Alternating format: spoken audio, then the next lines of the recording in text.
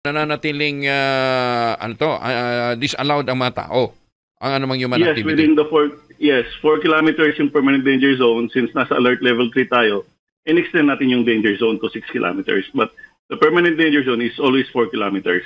Okay. So pero hanggang saan po pwedeng pumasok ang tao? Beyond 6? Yes, beyond 6. Ang ano natin for now, since alert level 3, dapat walang tao sana inside the 6 kilometer danger zone. Bakit sana? Meron pa rin pala talaga. May makukulit. Well, nasa LGU kasi yung anong tawag doon, yung implementation. May mga times na hinayaan nila, may window period sila na pwede pumasok doon kasi nagpapala o yung taniman nila o yung sakahan, and then pinapalabas nila. So, yung LGU at saka OCD yung nag-i-impose niyan. But as far as we was concerned, walang tao yung 6 kilometer danger zone. Oh. But again, the implementation of our recommendation lies within the purview of the LGUs.